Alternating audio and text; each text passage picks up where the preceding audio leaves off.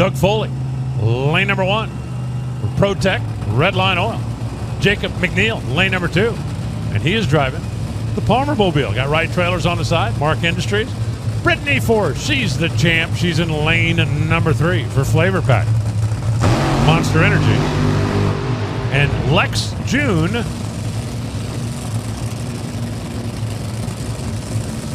is supposed to be in lane number 4, but I believe Lex's team has opted to come back and run tomorrow. They want to be a little bit more closer to race day conditions. Now, Doug Foley's machine just started, and he was very, very late getting the thing to fire up. They're giving him the signal, short burnout, hurry up your routine. One thing about these nitro cars, they burn fuel in a hurry. And if you're thinking to yourself, well, duh. Well, faster than you might think. At an idle, one of these cars is burning a gallon of fuel every 12 seconds. Think about that the next time you're filling up and watching a pump go ka-ching, ka-ching, ka-ching. No kidding.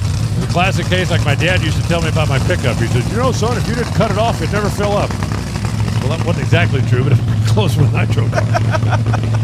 Yeah, Doug Foley's team, the car actually took the prime the first time out, spun over, and then when they went and pulled the wires, it didn't light. So they put the wires back in, took a look at everything, tried it one more time. That's why they were kind of late there. See if that sped up process affects them at all. They did do a nice job. I'll give credit here. They did a nice job of actually getting that thing back up there and ready, and it doesn't look like they're really going to hold anybody up. Now, Brittany Force is not yet qualified. We've got more cars than spots in the top fuel field. 3 across the top. Watch the blue LEDs. 3 across the bottom. And flames up to the stripe. 373 for Brittany. 328 miles an hour. That's better. Jacob goes 380 at 319. That's pretty solid. Doug Foley, 383. Look at the speed. Only 275 miles an hour for Foley. So his car was definitely hustling along a little quicker than what he ended up with. But a solid run for Brittany.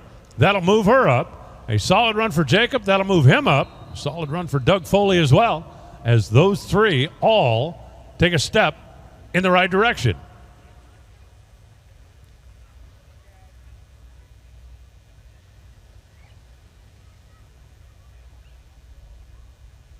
Down to the starting line.